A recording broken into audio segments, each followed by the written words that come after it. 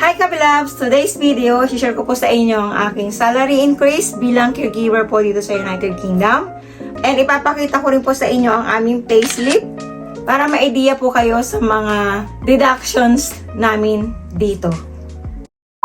Magkano yung rate mo bilang ikaw ay nagtatrabaho na dito sa UK?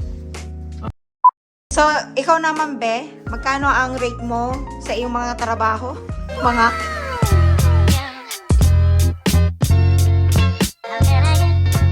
So, disclaimer lang po, ang i-share ko po ay based po ito sa aking experience and kaunting segue din po siguro sa sahod ni husband at ng aking anak na nagpa-part-time din po habang nag-aaral po siya.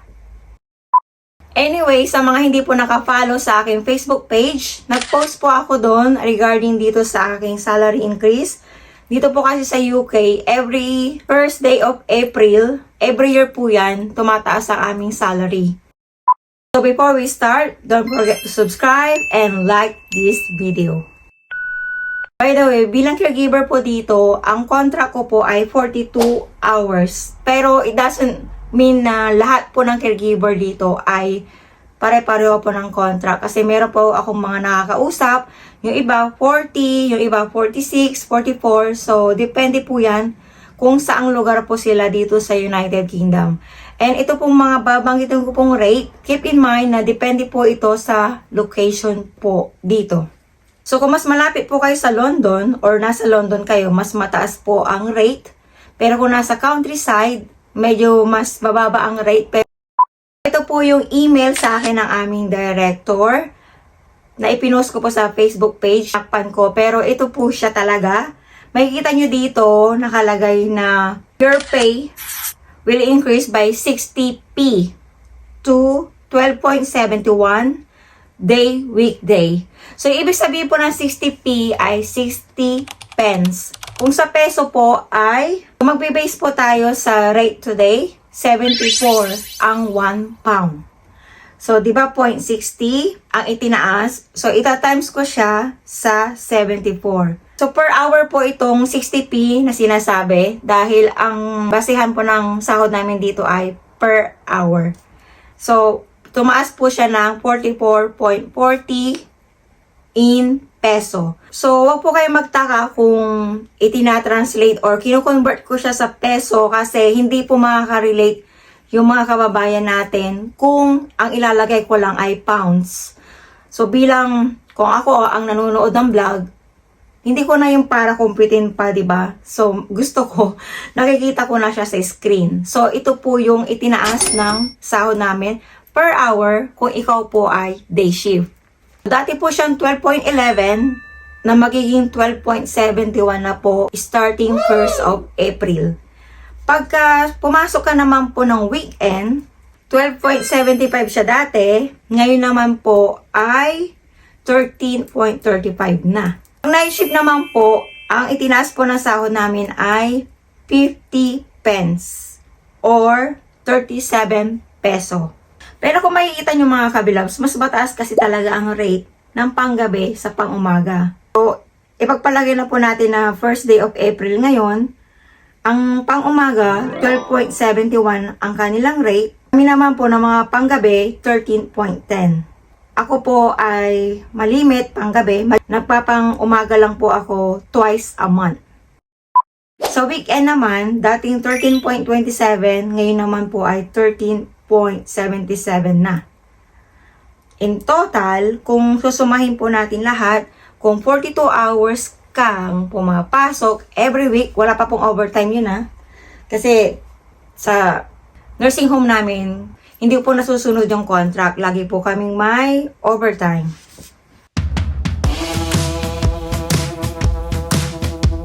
Susunod naman po, magkano po ba talaga ang sahod ng caregiver dito sa UK? By the way, ang caregiver po ay hindi kilala dito sa UK. Ang tawag po nila sa caregiver dito ay carer or health care assistant or HCA. Tayo sa contract namin. Ang contract namin ay 42 hours. Pero madalas hindi po yan nasusunod dahil nga sabi ko sa inyo, meron at meron kaming overtime every week. So, yung contract na sinasabi ko ay a week po yun. 42 hours a week. Hindi ko yata nabanggit kanina. So, 42 hours times 4. Dahil meron tayong 4 weeks in a month. Ang sahod po kasi namin dito ay monthly, by the way. 168 hours times 12.71. Yun na po yung new income. Idinagdag ko na po yung 60 pence. Sa day shift po ito. Equals 2,135.28. So, makikita nyo po sa screen kung magkano po yan in peso. Para makarelate po kayo. Kung ikaw naman po ay panggabi, 42 hours times 4 equals 168 times 13.10 equals 2,200.80. So, ang difference ng day shift at night shift ay nasa 65 pounds. By the way, mga kabilab, so, baka magtanong kayo, bakit 42 hours lang? Kasi yung 42 hours, pwede kang pumasok ng 4 days lang yun. Kasi, ang schedule nga po pala namin dito sa United Kingdom ay, pwede kang pumasok ng 6 hours pag day shift, and pwede rin 10 hours, pwede rin 12 hours. Pero kung ikaw ay night shift, automatic, 12 hours yung shift mo kasi nag-i-start yung shift namin ng 8 p.m.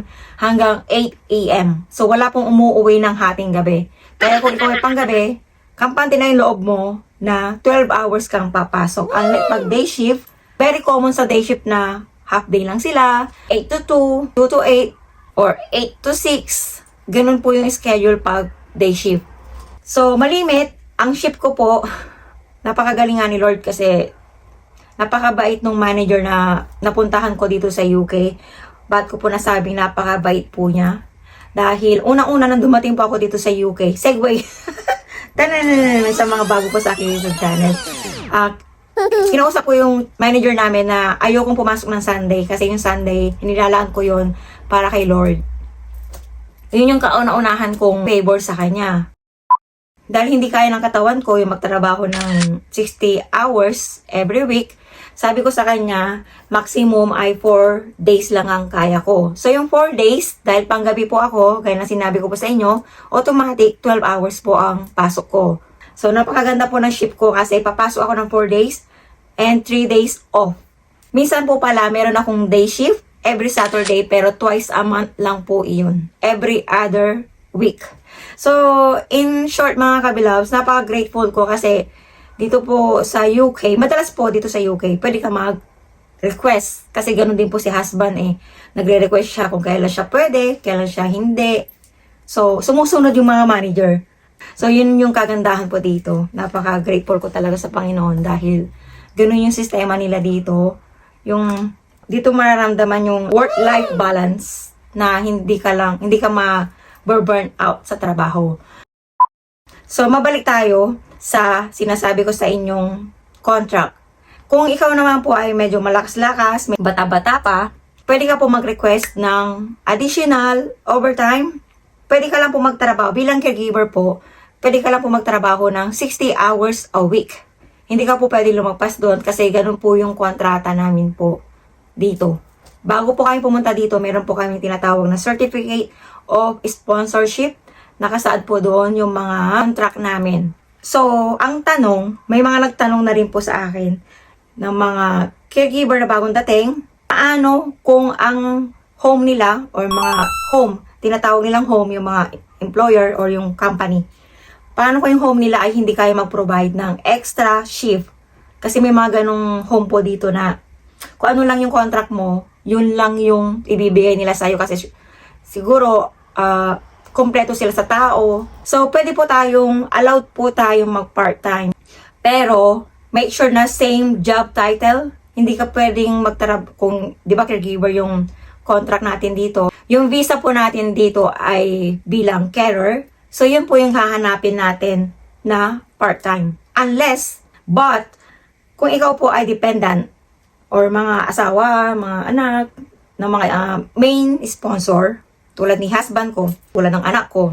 Si husband, pagdating niya dito, nakapagtrabaho siya sa Amazon, nakahanap siya sa Domino's Pizza bilang taga-deliver, tapos meron din siya sa hotel bilang housekeeping. So, any job sa mga dependent namin, kasi wala naman silang contract eh. Kami yung main sponsor. So, kami, hanggat hindi pa po kami ILR or indefinite leave to remain, kung hindi pa po kami PR, hindi pa po kami allowed na kumuha ng ibang job. So, mag-i-stick po kami sa caregiver. And, kung kukuha po kayo ng part-time, dapat hindi kayo lalagpas sa 60 hours a week. Kasi matitiris po nila yan eh. Matitiris po yan ng HMRC kung tayo ay nagtatrabaho ng more than 60 hours. And syempre, mas priority natin yung main job natin. Halimbawa, ipasok ka sa main job mo, hindi mo siya pwedeng absent dahil meron kang part-time. Hindi pwede yun kasi sila yung nagbigay sa'yo ng sponsorship. Unfair naman po yun. And baka mawala tayo ng COS, pwede tayo mapauwi sa Pilipinas. May nagtanong kayo sa akin, kasi sa mahal ng cost of living dito, nagpaplano siya mag-part-time. So, sabi ko, karating mo lang kasi. So, mas maganda after probationary. Kasi may probationary po kami dito na 3 months. Under observation pa yung aming performance. So, baka after 3 months, doon, tsaka nandun pa yung adjustment eh. Mag-a-adjust pa yung katawan mo, yung sistema mo. Sa lahat ng bagay, sa trabaho, sa environment. So, mas maganda, mag-adjust ka muna bago ka maghanap ng part-time. Kasi pagka nakapag-adjust ka na, madali ka na makahanap ng ibang trabaho. So, sana wala po ako nakalimutan kasi ang next ko po i-share sa inyo ay ang aking payslip. So, ito po yung payslip ko mga kabilabs. Tada! So, ang payslip po kasi namin dito ay paperless. Lahat ay sa email na dinadaan. Or sa iba may apps. Sa ibang homes may apps. Si husband may app siya eh. Sa application nila nakikita. Sa amin naman, via email. May open kaming link. So, ito yung gross pay. 2478.03. Paano siya na-compute? So, syempre, nandito yung computation. CareWD at. Nakita nyo dyan, 3 lang ang pinasok ko. 3 hours kasi, I think, ano po yan? Training po yan. Dito po kasi pag may mga training kayo, halimbawa, fire safety, dementia, yung paano i-deal yung mga dementia, mga ganon, yung paggamit ng mga hoist. From time to time, mayroon kaming training and bayad po yun. Minsan 2 hours, minsan 1 hour lang. Kaya makikita nyo dyan ay 3 hours. And, ano tong Care WDN? Ibig sabihin po yan ay Care Weekdays Night. So, ako po yan. Malaki po yung hours ko dyan dahil malimit ang shift ko po ay weekdays. Hindi po ako nag-weekends kasi nga nag-church po ako. Pag pumasok ako ng Sabado ng gabi, hindi ko ma-absorb yung preaching kasi naantok ako or minsan nakakatulog ako and wala ako sa mood makinig kasi nga lutang yung isip ko. So hindi ako tumatanggap ng Sabado. Very, very rare. Parang nung dumating ako dito ay twice or 3 times pa lang ako tumanggap ng Saturday kasi parang kahiyaan na. Noong time na yun ay walang-wala talagang papasok kaya pumayag ako na Sabado ng gabi. Pero kung may chance, ayoko. Ayoko pumasok ng Sabado ng gabi. So, yeah, malimit weekdays ako nagpapanggabi. And ano po itong Care WE at? Ang ibig sabihin po niyan ay Care Weekends. Sabi ko sa inyo, pumapasok po ako minsan ng day shift. Ito naman pong CAR and WH. Holiday ko po pala yan. So, dito naman po tayo sa deductions. Paano nangyari na 503 ang deduction nila? Yung pay as you earn. Or in short, tax. Pay as you earn. Yun po yung term nila dito. Ang ibig sabihin po niyan ay tax. So, ang NI po ay National Insurance po yan. Diyan po sila kumukuha ng sa healthcare natin. Pag tayo napapa-check up, di ba sabi ko sa inyo, minsan sa aking mga vlog ay libre magpa-check up. Kaya mga blood test, pap smear, yung mga ultrasound, mga libre po yan kasi kinakartasan tayo ng NI or National Insurance.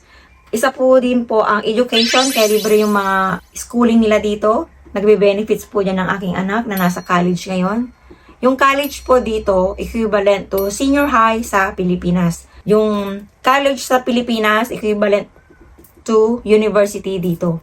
So after mag-college ng aking anak, siya po ay mag-university pa after college. And makikita nyo dito, meron tayong pension. Ang pension na kinakaltas sa akin o kinaltas sa akin sa sahod na to, ano po yan eh, nag-iiba-iba pa po yan. Depende sa iyong ipinasok. To build a retirement income. Ang pagkakaalam ko po dito, kung hulog ka ng 40 pounds.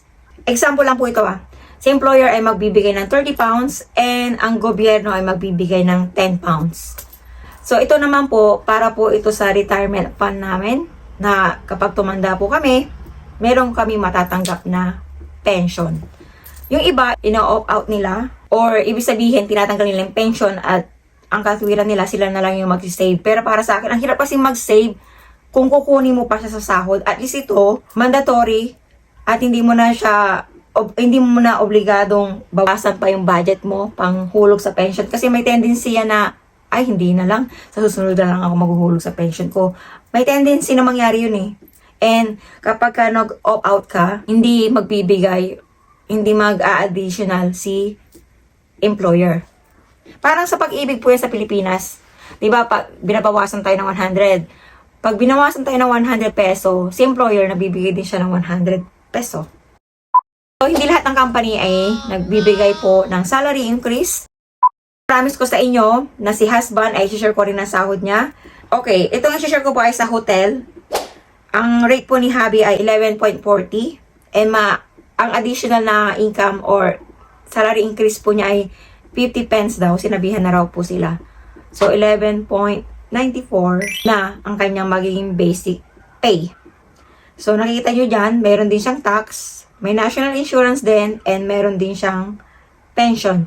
May nakikita po kayo dyan na holiday pay. Minsan, ibinibigay yung holiday niya, tapos binabayaran na. Isa yun sa benefits po namin dito. And siguro, comment down below kung gusto nyong gawan ko ng topic yung mga benefits namin dito sa United Kingdom. Meron ba kami natatanggap na bonus? I think, natanong ko na to sa inyo.